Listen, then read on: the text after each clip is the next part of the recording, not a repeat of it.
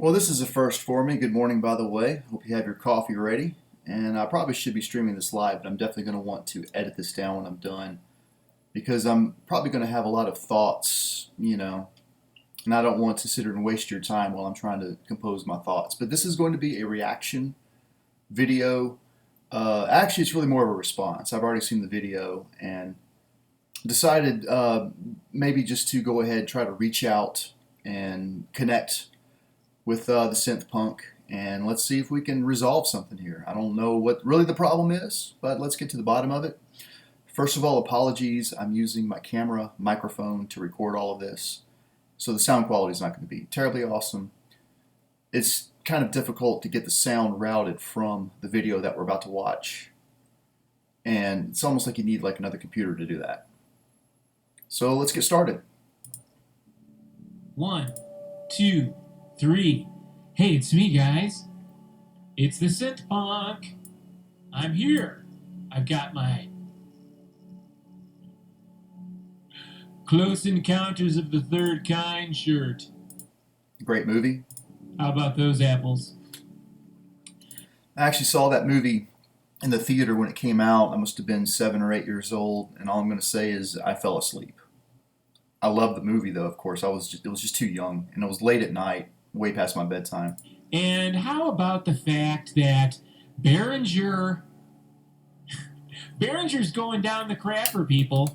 Behringer is going down the There's no evidence of that. That's just your opinion. proverbial crapper. Because let's take this apart.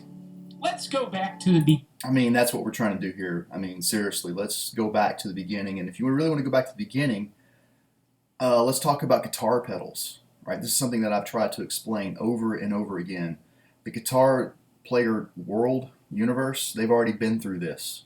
Like 10, 15 years ago, all the guitar pedals that Behringer cloned. The beginning is this. So Behringer thinks it's a really good idea to steal the ideas, the creations of vintage synthesizers. I could go on a long time about this. I mean, I've mostly been a staunch capitalist my whole life, and I do believe in intellectual property and such and so forth. But I mean, this is legal.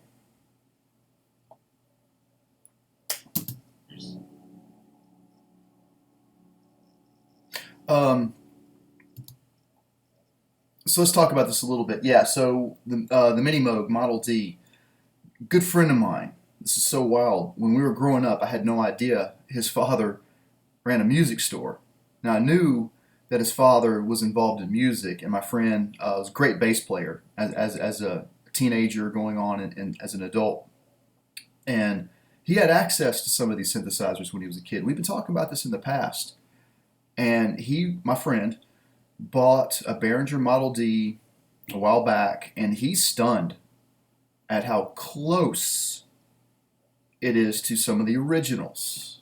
Notice what I said there. Think about that very carefully. All right, next synthesizer.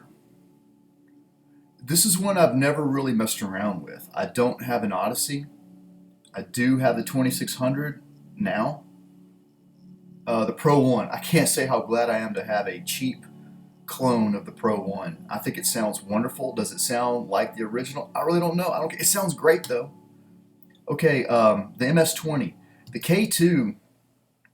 So here's what I think some people kind of miss, is that Behringer clones these things so to the T, or at least they try to get it so close to the original, that this one doesn't play well like the others, just like the MS-20 doesn't play well like the others. It's not URX standard. It uses a completely different voltage range standard to determine its control voltage ranges.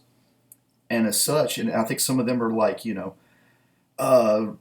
clock rising instead of clock falling. I don't know. We'll go into the details if we want to, but I've got so much to learn right now, right? What's on my plate is doing this.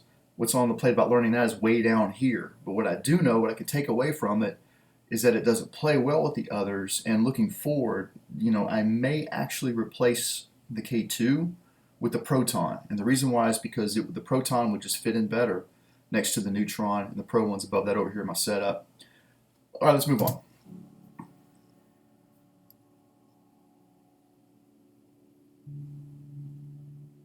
Ah, okay, so see, this is getting into a realm of synthesizers that's honestly above my pay grade.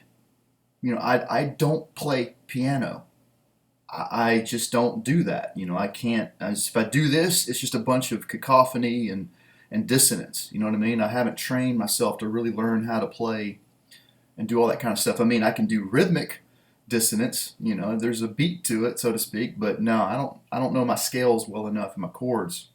So that kind of stuff gets me in trouble. And since I'm not a player, right? I'm not a player. I sequence all of this stuff. And when you sequence stuff, it's kind of, tedious. So it's a lot easier just to work with monophonic and then to have several different sequences kind of overlaid each other. Dare I say, like Bach does. I love Bach, Johann Sebastian Bach, but I'm not saying I'm anywhere close to that. Okay. Anyways, I would love to have one of those though. Don't get me wrong, and we'll see, we'll see. I said I wasn't going to get a 2600, and I got one. So Yeah, they think it's a great idea to, create a not only do they think it's a great idea, mini mode clone, an ARP Odyssey clone, Pro 1 clone, MS-20 clone, okay? And they do it in such a poor way. It's horrible. now we need to discuss that because I don't think it's a poor way at all. There's a lot of user error involved in all of this. A lot of the things that I have seen where people complain about the synthesizers not doing what they want is because the user didn't know how to do what they want in the first place. I'm not saying you don't, but these synthesizers do take a little bit more seriously. I will tell you this right now. A lot of people have a hard time dealing with the MIDI aspects of the Model D and the Neutron. You got to hit that sucker with the MIDI note first, and then you can tune it. That's why you can't tune those suckers. That's what a lot of people are having trouble with. Now, does the Model D drift? Yes, it does. Did the original MIDI Moog Model D drift? Yes, it did. But again, Behringer does a very good job of looking at the original circuits and recreating that. We can talk about the components later. But right now, the circuits, they're pretty spot on. Do they make mistakes in the factory? Of course they do. This is the problem with these mass-produced units. That's also why they're cheap. I don't know what to say, Yeah, it's horrible. This is my... I mean, do I like the fact that there are defects? Take, for example, my Wasp has that defect where it does that weird kind of re-trigger thing. How much of a bug is that? How much is that going to take away from me being able to do it at zero? Okay? Seriously, that bug is nothing. But it's there, it exists, they made a mistake. They made that mistake in the factory. Guess who else makes mistakes? Korg, Roland, Yamaha actually, we'll talk about Yamaha later. I just want to say this. Yamaha doesn't care about synthesizers. Get that through your heads, okay? They make drums, motorcycles, they make mixers for video, for audio. I was recently dealing with a mixer that Yamaha made that's used for a panel, like a live audience panel, question and answer, and this thing like intelligently knows which microphone to pick up on when the speaker's going to speak. Yamaha is doing all kinds of stuff right now. And that's why they haven't been worried about so much about recreating their famous vintage synthesizers. And I kind of don't blame them. They need to make money. This is my final video against Behringer. No, it will not be your final video against Behringer. I will guarantee you that.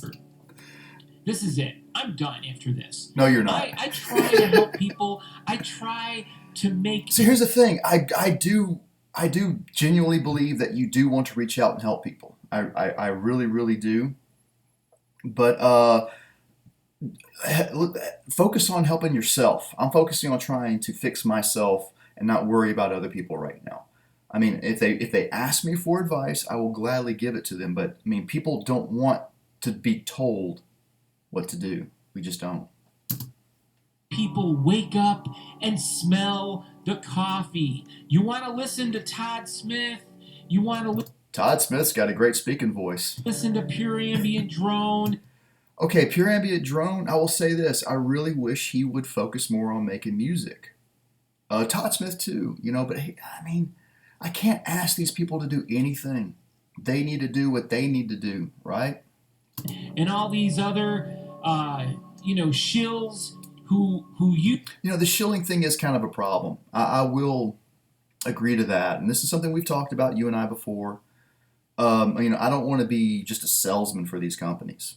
You will never see me being a salesman for these companies. I can assure you of that. That's not what I want to do. I'm more of a technician.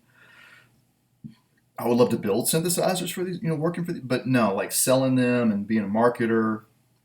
No, I'm sorry. I'm a man of science and I'm spiritual, but what I mean by being a man of science is that, show me the facts, right? I don't want to hear this, well, it's warmer or it's thinner. You know what I'm saying? It's kind of like, well, there's actually a roll off, a 6 dB roll off at this frequency. You know what I'm saying? Or it's just, seriously, come on, we can answer this stuff with science. What we're doing with the keyboards is straight up the result of science, of electronics, physics, and chemistry. Use Behringer in a way to gain traction on their YouTube videos. Everybody's going to use every bit of traction they can get, man. Any stinking new synthesizer that comes out is traction for the people, pardon, I don't want to make much noise, for the people that are wanting views on their YouTube channel. I remember a YouTube where it really was just about like grassroots, just connecting with people. Here's something about me, here's some information. And now YouTube, it's YouTube is in the crapper, okay? Not Behringer. YouTube is in the crapper, and if you want to use Behringer as a punching bag, go for it. You know what I'm saying? I get it, man, because I'm mad about YouTube too. Everybody right now should be upset at YouTube. They're screwing us over. Let's move on. I never did it. I never made videos to gain traction on my channel. Can you really honestly say that, though? Because we all do, right? I can't say that I haven't kind of crafted a video to kind of get more hits now and then. There's really not anything terribly wrong with that, as long as you're not being deceptive. When it concerned Behringer, it was you know what? It was like, I see through the BS.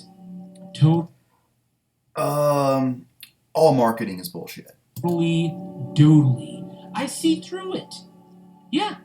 Behringer is BS. And you know what all that you know what BS stands for? Bachelor of Science. It stands for bullshit. No, Bachelor of Science, which I have two. Behringer is making synthesizers. They're making these so-called vintage clone recreations. Okay. We've been over this before. If you clone an analog circuit, it's not going to be 100%. And the funny thing is that if you manufacture analog synthesizers, one after another off the assembly line, they're not going to be 100% identical to each other. Digital circuits won't either. It's just that digital relies more on software, which will be the same from unit to unit. But there are still analog components to every digital synthesizer. Every digital device is wrapped around analog because it has to interface eventually with the real world, so it has to convert digital to analog. That's why we have those converters for. And on the other side, we have to convert analog to digital for it to be processed in the digital domain, which is based on software, ones and zeros. But at the end of the day, those ones and zeros are used to construct, in the case of synthesizers, an output waveform which gets converted into current, which pushes a speaker, blah, blah, blah, blah, blah. But they're not. They are not. They are not giving you a mini Moog. So don't buy them. You vote with your wallet. For $400. Actually, it's down to like $250. Sorry. It's not happening. They're not giving you an ARP 2600 for I think it's like what is it, $600? $600 for the one with the mechanical spring reverb, which is the one that I got, and I got it because I kind of figured that those are said to be the limited editions. But when I talked with my Sweetwater representative, he told me that they've got plenty of those too.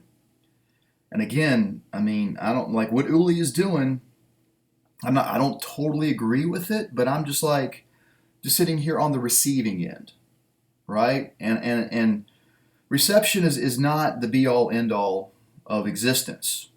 But in this particular case, this reception hopefully will allow me to bestow some music onto the people that want to hear what I do. Now they drop the prices on like all their stuff because here's the thing: Behringer never did it right in the first place. Nope. Okay, now we're getting to a real argument here. They never did it right in the first place.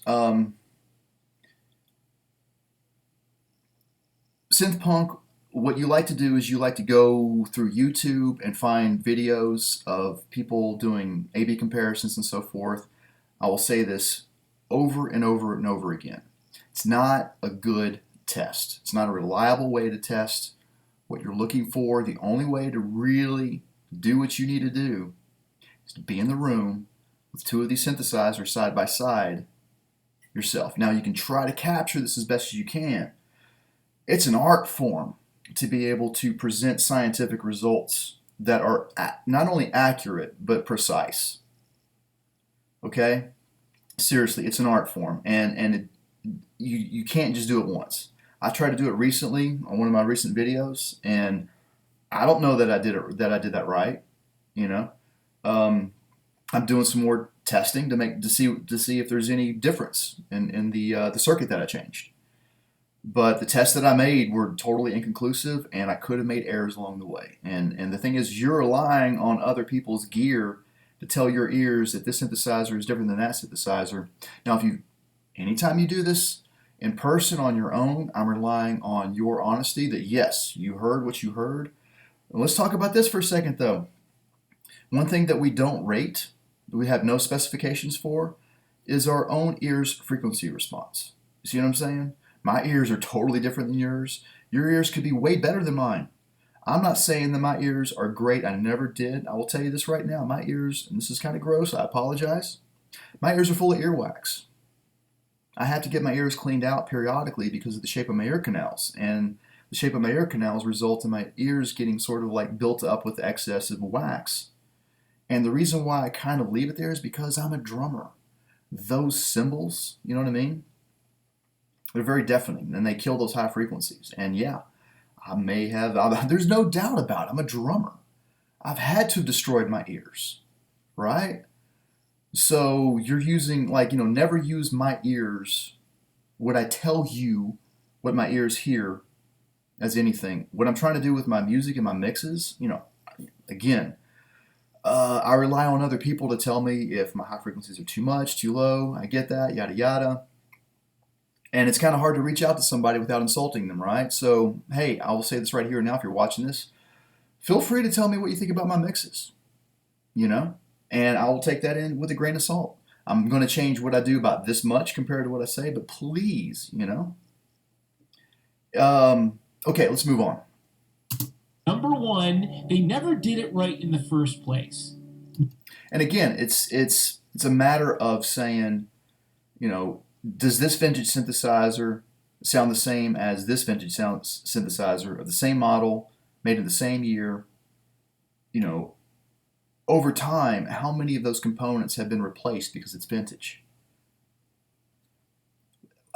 We might get into through-hole versus surface mount components. I'm telling you, I'll tell you right here and right now, this is where it gets really interesting because the one component that really makes a huge difference that really can make a difference in terms of sound are capacitors.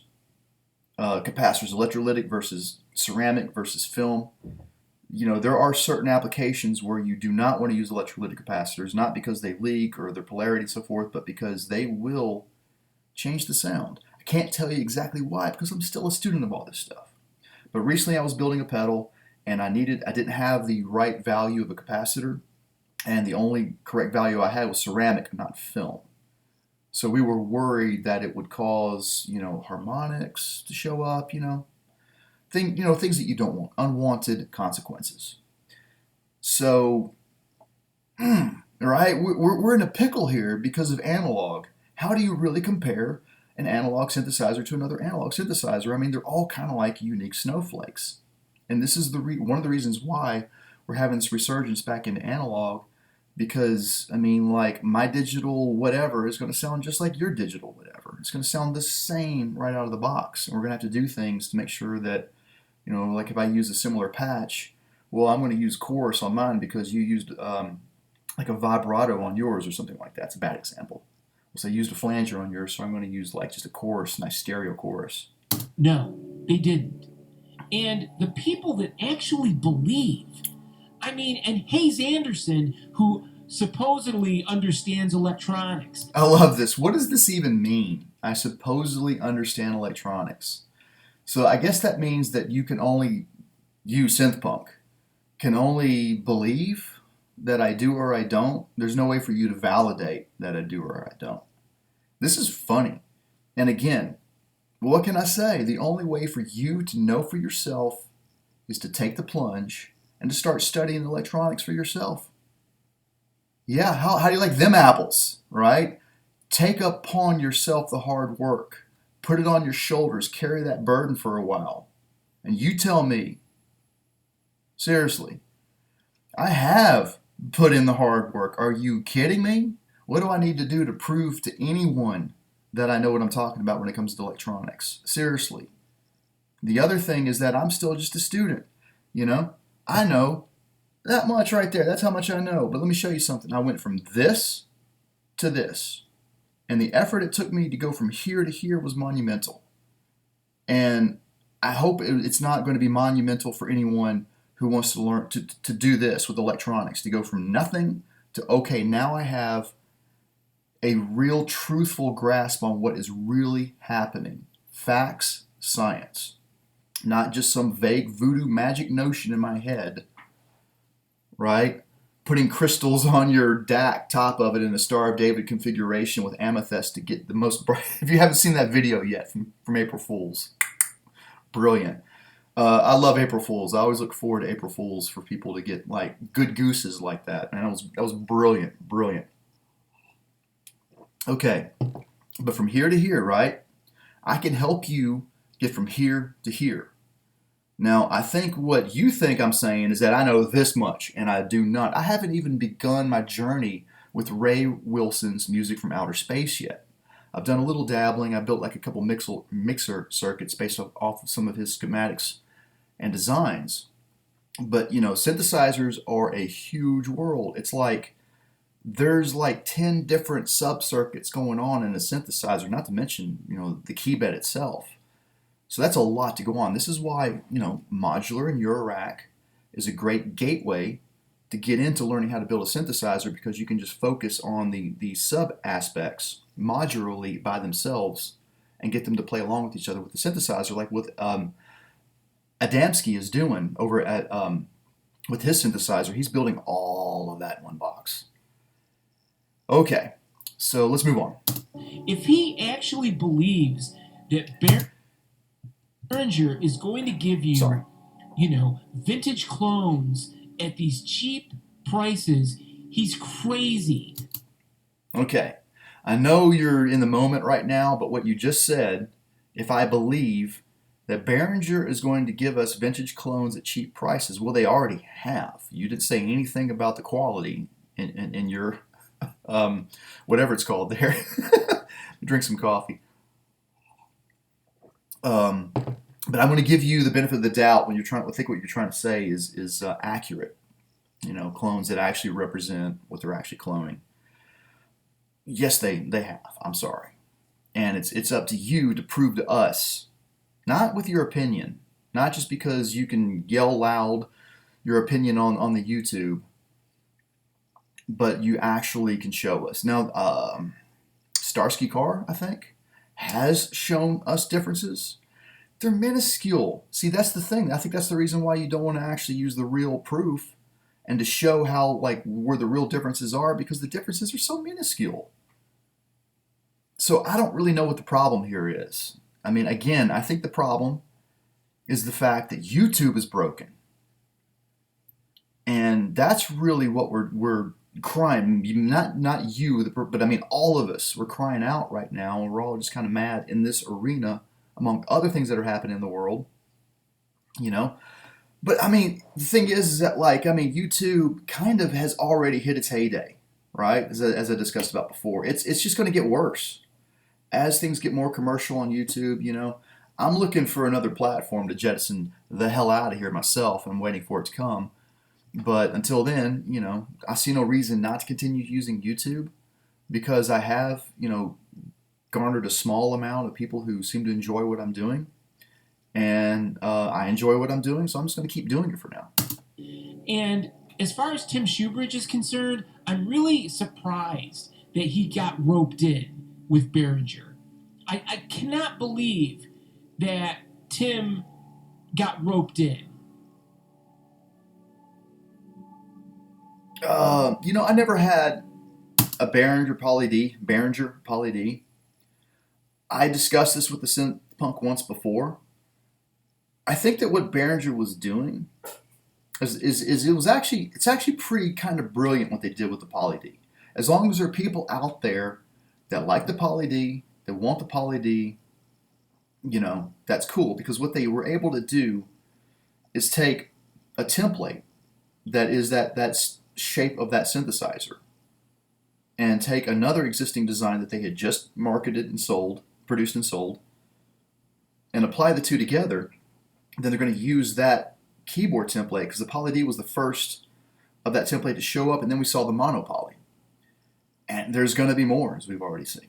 This is what's kind of cool is they're establishing these templates that they're going to just start like filling up with all of these various circuits that represent, that's the word I want to use, represent the original vintage. I think that's a fair way to state this. These represent the original vintage models. They're clones, of course, but to say that they are, accurate, well, okay, here's the thing. What's the difference between precision and accuracy? They are definitely accurate. They may not be precise, however. But that precision, right, whatever that precision mark is for a Mini Moog Model D back in the 70s, how many actual ones that were produced hit that actual standard? That's something I would like to know. I don't know. Did most of them 90%, 50% only? I have no idea. This is kind of what we're dealing with the beast of analog. There's all kinds of factors at play here. Seriously, this is probably an unrelated example in the long run, but it's a little bit. I bought a guitar pedal from a DIY builder out there on Reverb. Loved it. My guitar player loved it more than me. He traded me an amp for it. So I got a keyboard amp out of it. I went and I bought that same pedal from the same builder because I wanted another one. It sounds like crap. Now, I haven't discussed it with the original builder. It's just one of those things. I'm hoping to be able to fix it myself, but we'll see how well that goes. The point that I'm trying to get is that, like, even with people that, are trying, it's hard to get it right every time. So the question is how many people are out there right now crying about this, and I'm sorry for saying crying, but complaining about this, versus how many are actually just enjoying what they're doing with them. I don't see a lot of people complaining about Behringer right now. What I see people complaining about are just the fact that they're doing it. And I think what the past 3 years has shown us, apart from the pandemic, is that they did not drive the prices of vintage synthesizers down. If anything, the price went up. I don't know that it was related because of Behringer releasing all of these clones into the market, but it seems to me that the price of vintage synthesizers are actually going up.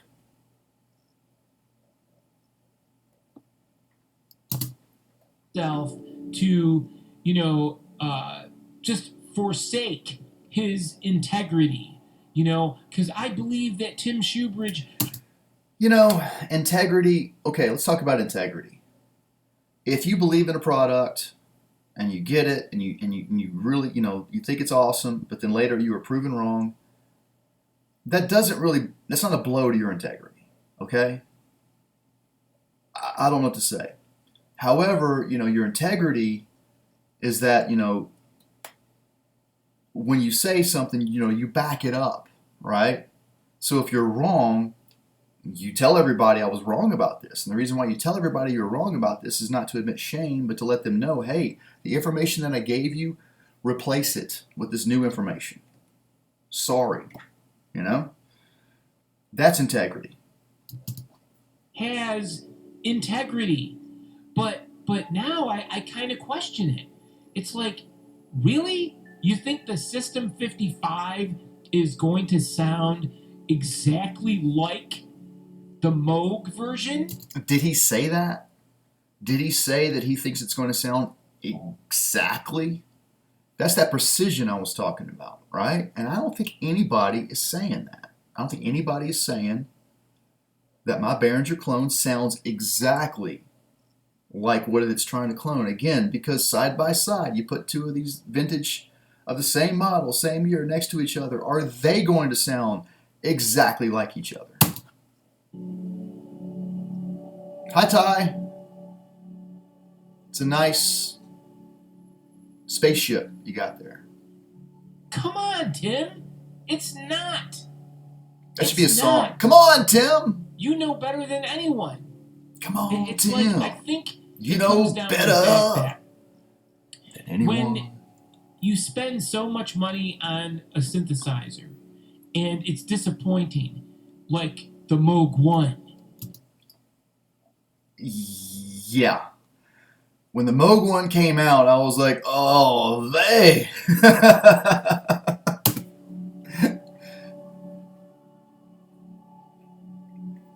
I mean, I'm glad you tried it, though. Yeah, That even sucker's huge. Moog couldn't make a decent polyphonic analog.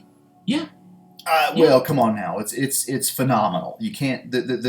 My contention with the Moog one is it's kind of like, you get that and you just sell the rest, man. There's no reason to have anything. If you get something like the Moog one, why do you have anything else? Maybe just for like immediacy and portability.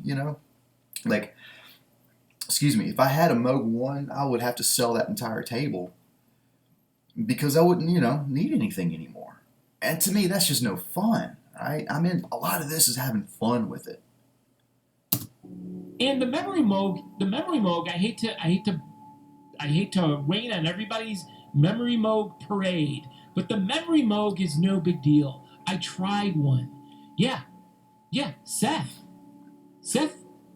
traded his memory Moog for a Yamaha CS80. Seth, you are a genius. That's all I got to say, man. That's really Synthpunk. If you want a new religion to preach, just share Seth's wisdom with us. That would be wonderful.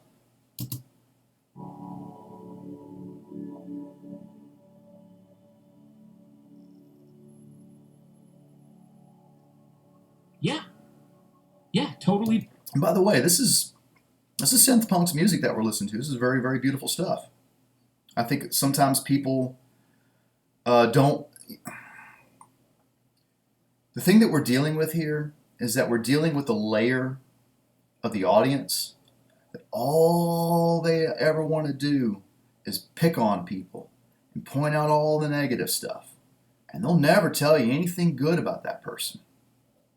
Well, I'm here to tell you right now, Synthpunk, when he wants to, writes some pretty cool stuff. Totally. And I tried the CS80, and guess what? Overrated. I've never even touched one. I'm here to tell you right now, that thing has to be overrated. Go back 30, 40 years. Underrated. You see how that works? Things have their time and their place, and then they sunset. They fade away. They deprecate. Yamaha CS80 really isn't worth. Sorry, it's not worth $50,000. Most cars are not worth $50,000. Seriously. Now here's the thing. I would love to get my hands on a CS80. Who wouldn't? Never touched one before. But I mean, how much do you expect to Now, experience, Seth, if you only get to spend, even an hour with such a synthesizer. There are some synthesizers that are so simple in their architecture. It's not that they're limited, it's just that that's what they do. You spend an hour with, you're like, okay, I get it. And then from there, it's a matter of your ability to make music. But with some of these other synthesizers, like, it's great for people like me, who, even though I do know some level of theory, I just don't consider myself to be a player. So it's really cool to be able to get all these wild space alien sounds going on and to discover things too about synthesis. That's what's really great. Like a simple piano, right? You're not going to discover anything about synthesis. There's no synthesis in a piano in the first place. But the reason why I choose a piano or harpsichord is because the simplicity of sound and the oneness of that one sound. That has a lot of variation to it, of course, but with a true synthesizer that has a complex architecture and an expressive, robust interface. Well, expressive interface, not robust. You're able to do things with synthesis and sound which teach you things that you never would have really got to experience otherwise. And that's a beautiful thing. actually wound up selling his CS80 for $50,000. Yeah. Now, he spent less than 10 grand on that memory Moog. So he made a lot of money on that. Oh my God. He sold it for 50 grand. Woo! Congrats. The Yamaha CS80. That's the best synth story so far. Now again, we're not going to, camera microphone in the room. We're not going to get any of the magic. And this is a polyphonic synthesizer. So this is trying to be like, hey, here's an orchestra. This is one of those like orchestra in a box synthesizers, one of the firsts. So it's got lofty dreams. That is FM, my friends. That is analog FM, and that sounds like a DX7. So that's amazing. That really, see,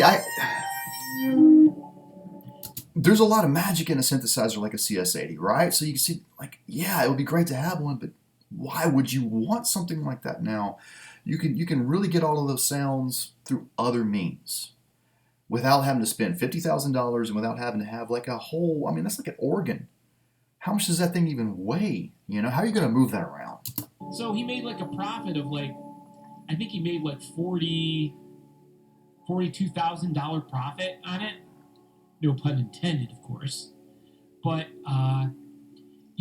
that's why I even would say to people, even the Prophet 5 Rev 4 and the Prophet 10 Rev 4, it's not even going to sound like the original Prophet. I think that just sort of reiterated my earlier point. And again, I see when you get into these revs, that's right over my head, man. And I know, Synthpunk, he really tried to get me to buy one of those synthesizers. I'm like, I don't want one. Well, you don't want, I don't want one. I could sell a lot of these guitar pedals and get one of these polyphonic analogs. I don't want one. I don't know. It's like that doesn't, just doesn't, translate to synthpunk. It's like, why would you not want one? It's because, again, I'm not a player. You see, and I think that this really gets to sort of the point of my argument, if you will, is that synthpunk has a means of music production that is radically different than my means of music production. But that's not the problem. The problem is when we rate and criticize and discuss these various synthesizers through our method of music production. It doesn't work. So Synthpunk is only seeing his method of music production when he's thinking about me and my usage of synthesizers.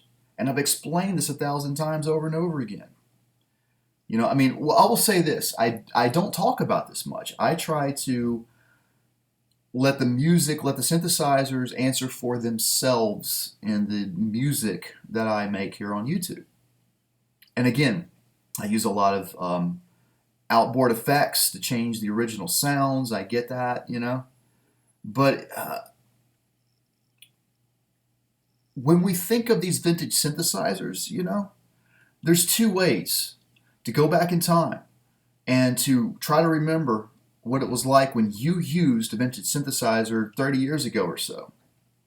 It's not good science, right? I mean, it's relying on too many other factors of our memories changing and what we think we thought and our changing ears and our changing expectations and desires. The other way is to talk about, well, how was it recorded in a particular band? And see, that's the one, that's a slippery slope right there. Because anybody who is a real sound engineer knows that what you're doing is you're subtractive. You're taking away a lot of the frequencies. A synthesizer out of the box covers the whole harmonic spectrum. It's capable of covering the whole harmonic spectrum. So as a sound engineer, right, I'm like, well, where am I going to have room for the bass drum? Where am I going to have room for the bass player and the guitar player and the singer? You know, their frequencies have got to, they can't be restricted by all of these other harmonics, or excuse me, the frequency range that's coming out of the synthesizer. So the first thing that happens is the synthesizers, they get a whole lot whacked out of them. That's what you're relying your judgment of what a vintage synthesizer sounds on a lot of times.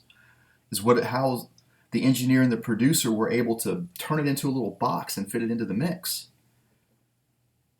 So what we got to do is we just got to sit back and ask a simple question, right? Is this thing doing what I want it to do? And the answer for me is that yes. Am I disappointed with any of my Behringer synthesizers? Well, a little bit. Is that the fault of Behringer, or is that the fault of the original circuit? Let's talk about the Wasp for a second, right? I mentioned earlier that it has a little flaw. I was able to reproduce that bug, that error, and it could be treated as a feature. You know, as long as you don't mind it doing what it's doing there, you could actually, that's almost like a delay or like a slapback echo. It's kind of cool. But the Wasp itself, and there's a reason why it's like going down to like 150 now, I think, brand new. Is because, man, let me tell you, the Wasp is one of the plainest, Janest synthesizers out there. It doesn't do much. It does what it does, but it is very unique, and it's able to get like it does this retrigger thing on the envelope, which gives it it's when you speed that up, you get kind of like this buzzing, kind of humming type kind of thing, almost like wings flapping on an insect. And it's pretty cool. Other synthesizers can do that too, but with its special unique filter and its noise generator and how it applies the modulation of the noise and the filter into into the VCA, it's pretty unique. It really is. Like, it does it in a very special way. But at the end of the day, it's one of the plainest Janus synthesizers that Behringer is kind of offering right now. You could talk about like the MS1 or the MS101, and the SH101 was a very bread and butter synthesizer, but it was not a plain Jane synthesizer. That sucker is amazingly expressive. So, but let's talk, that range of expression, right? The Wasp's range of expression is less, but even still, that range of expression is infinitely much more than, say, like a piano or a harpsichord, or maybe even a guitar, right? But anyways, I'm way getting off the beaten path. Let's get back over here to what we're talking about. Okay, but it's going to come much closer than anything that Behringer puts out. Yeah, it's going to. Okay, good argument. So what he's saying is that Behringer's replications, reproductions, or replications, not reproductions, replications, are not going to be as close sounding as Brand X. Well, let's talk price now, buddy. Okay? Because now we're talking like, how much difference? We need to know how different. If we're talking 1% different, but we're talking like a huge gap in price, why would I want to spend? Seriously. The thing is this, is that right now, my Behringer synthesizers, if I were to sell them, I would lose money on every single one of them. They're not investments. Really, I wouldn't want to treat any musical instrument as an investment, because I would want to play that thing. So I'm not buying my synthesizers as investments. Quite the opposite. buying them to use them and abuse them. See what I'm saying? What if I break one of them for my negligence? It's much better to break something that only costs $300 than it costs $3,000. It's just logic, my friend. Seriously. The difference in sound versus the difference in price. And what we're talking about here is this much difference in sound versus this much difference in price. You can't argue it any other way. Here's the Prophet 5. All right, again, this is exactly what I was talking about. I don't know who this person is. I have no idea how they recorded this video. I have no idea what they know. I have no idea what they know about electronics, about acoustics, about any of this stuff, right? All I know is that they've got these two synthesizers and they're doing an A-B comparison. Well, one thing I do know is that I watch Josh Scott over at JHS Pedals, and he talks all day long about doing comparisons. And what he really strives to do is he strives to show how two things can sound exactly the same. It's pretty much all that he's doing. He's never trying to show how two things sound different. He's always showing you that there's a way to get this thing to sound like that thing. And usually this thing costs 20 bucks and this thing costs like hundreds of dollars. So I'm going to try to fast forward a little bit past the sound comparison because it's just not relevant for the video that I'm doing now. You have to understand that those analogs have a certain particular sound. Yes, which I call warmth and sizzle. Yeah, these subjective, vague notions of like, what a sound is. And again, what it really boils down to is not being able to explain what something sounds like, but to have an understanding of the application at that time, at that moment in time. So this goes back to your style of music production versus anyone else's style of music production. Right? If you're in your room using external speakers and you're expecting to hear certain warmth and sizzle, right? Great. How are you now going to capture that and record it and have it played on YouTube without it getting lost? I've heard you yourself talk about how after you recorded stuff and uploaded it to YouTube, it's like, oh, that oomph is gone. You see, it's more than just the synthesizer.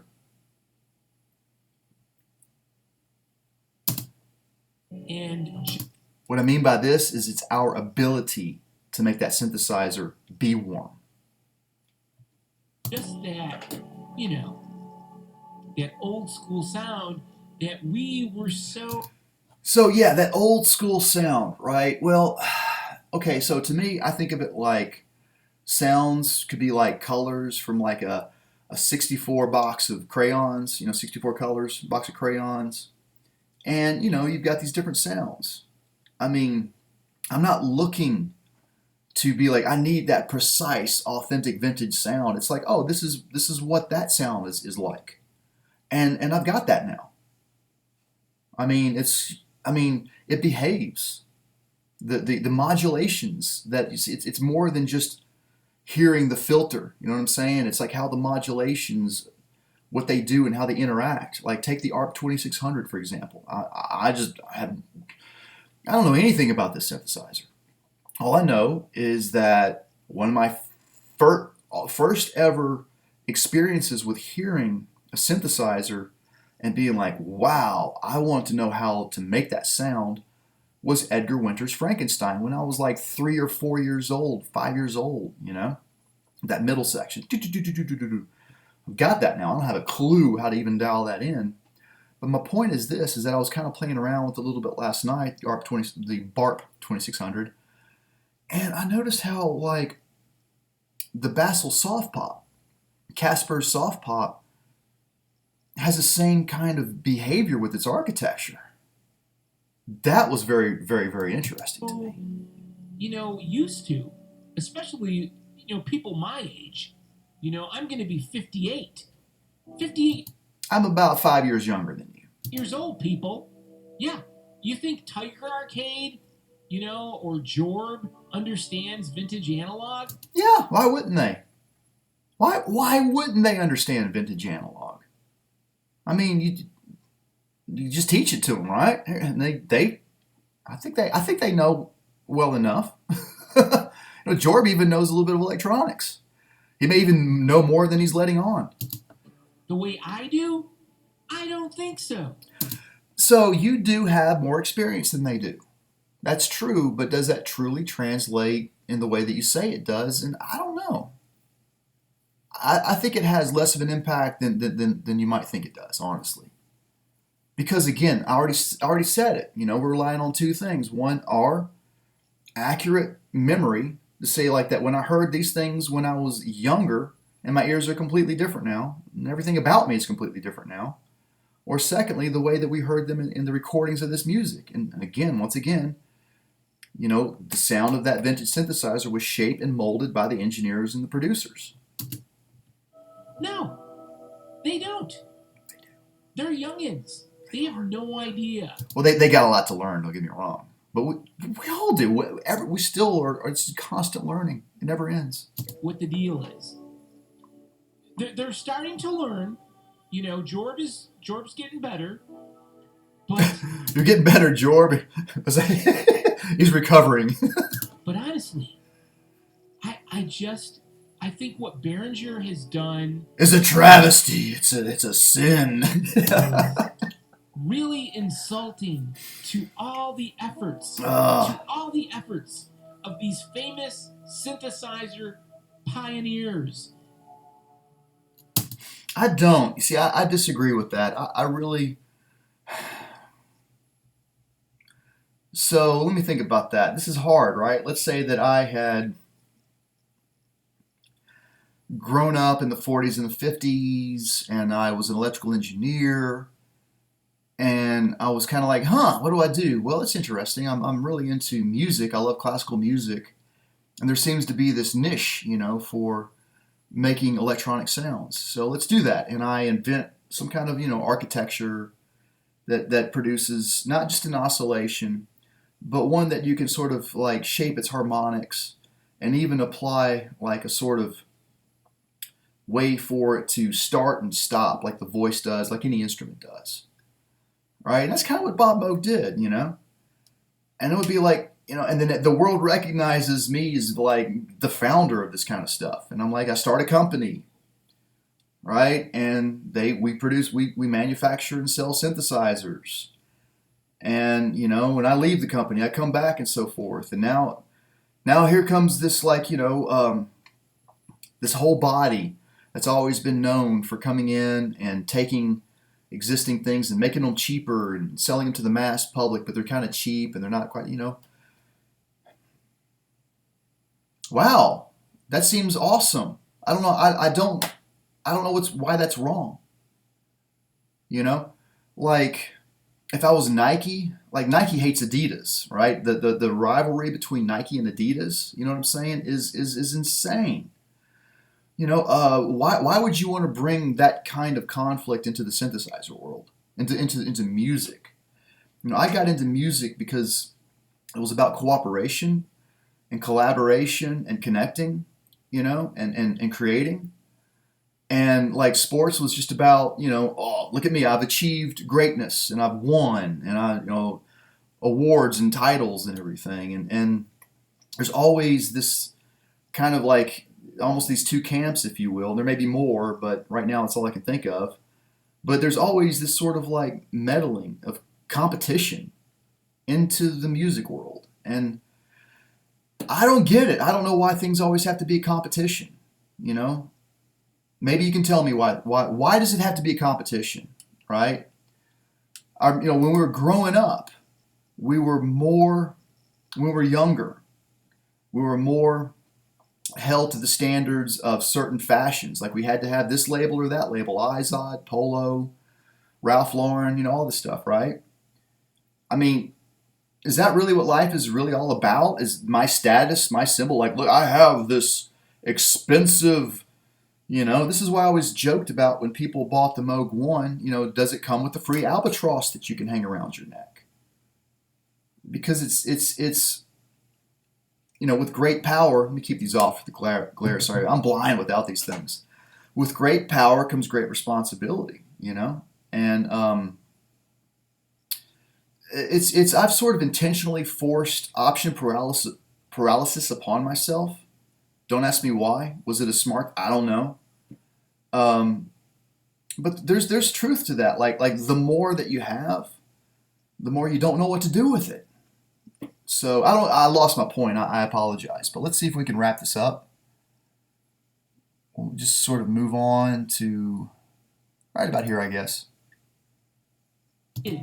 These amazing synthesizers of the day of old. Yes, they created these synthesizers. And Uli is stealing He's not stealing their ideas.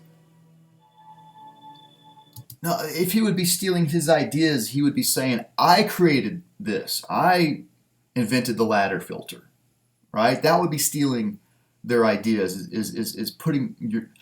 Let me be very, very clear here. He's making synthesizers, putting his name on it, right? But he's saying, no, this is Dave Smith's creation, really, right? He's not stealing ideas. We could get more into what's going on here with this because it's more than just Behringer, okay? It's a lot. It's much bigger than that, way out of the scope of this topic, and to tell you the truth, way past my pay grade.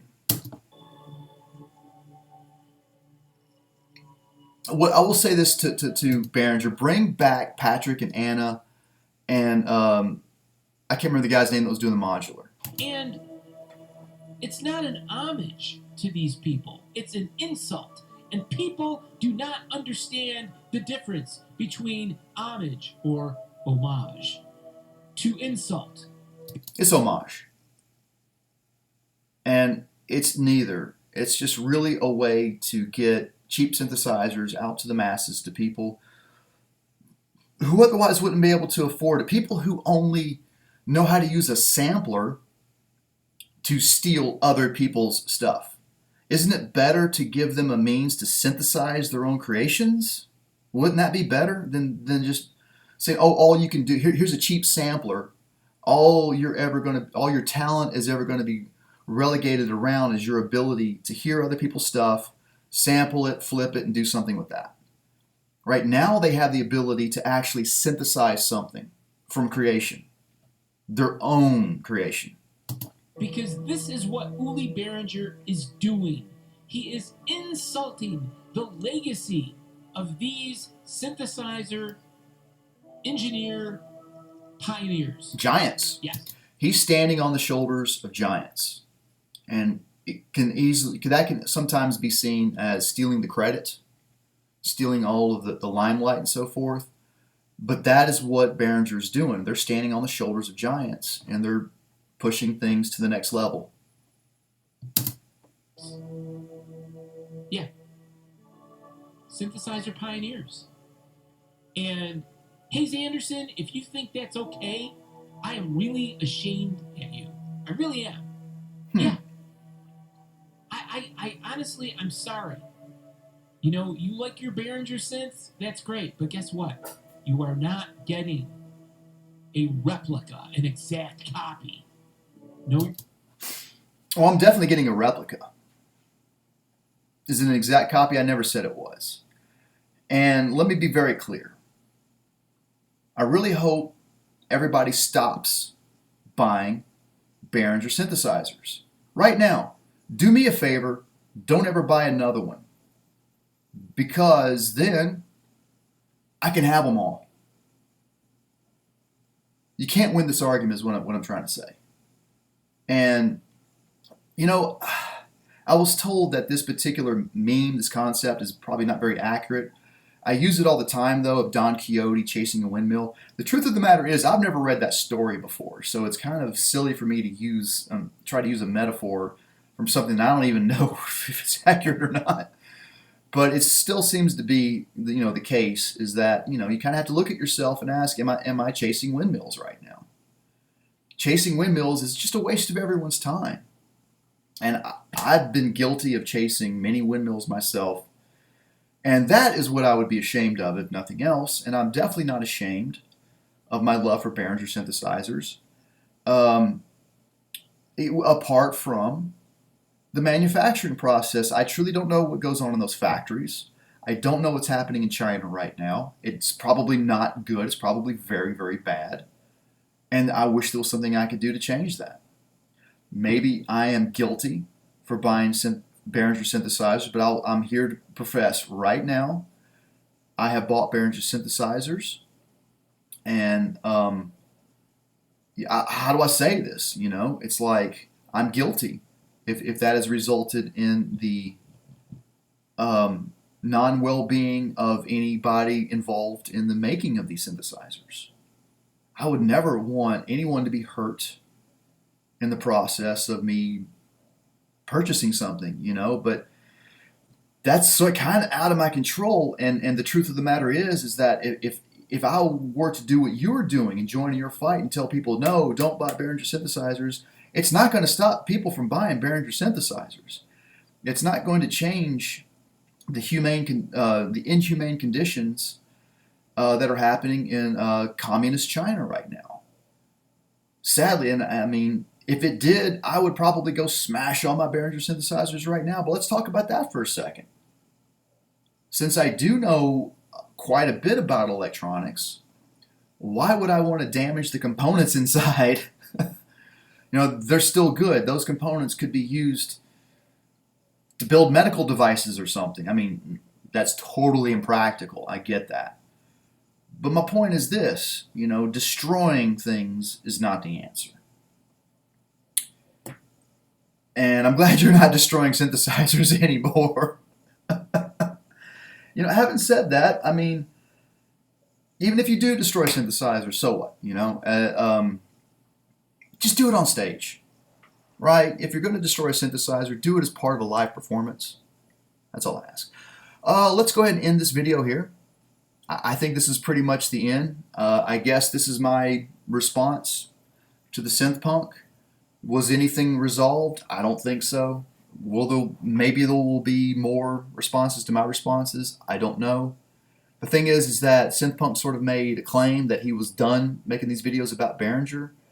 I would say, don't make that claim. Don't ever make a claim that you're going to stop doing anything, right? Because I'm not going to say that. But all I'm going to say is just be you. Don't worry. If you want to make these videos about Behringer, please, by all means, don't stop. Keep doing it, right? There's valid points here and there, you know, and it's good to challenge all thoughts, seriously. Additionally, it's if you are someone who does like vintage synthesizers, more power to you. More power to you, man. We're not trying to take those away from you. We're not trying to sort of even the playing pool, you know what I'm saying? Like diminish the value of your sounds by, you know, adding these cheap versions of that sound to the mix. I mean, that never was a problem. It's about song production itself. It's about what are you doing with your synthesizers. And on that, thanks for watching. You won't see me like this in a long time, hopefully. I prefer to just make music, but we'll see. I do want to do my guitar pedal videos. Man, that stuff's hard to do. You know how, I mean, you know, that's really, and the thing is that I want them to have some level of quality when I start producing them. And once I start, I'm just going to start. I've got an idea of what I want to do, but again, no promises. So thanks for watching. See you next time.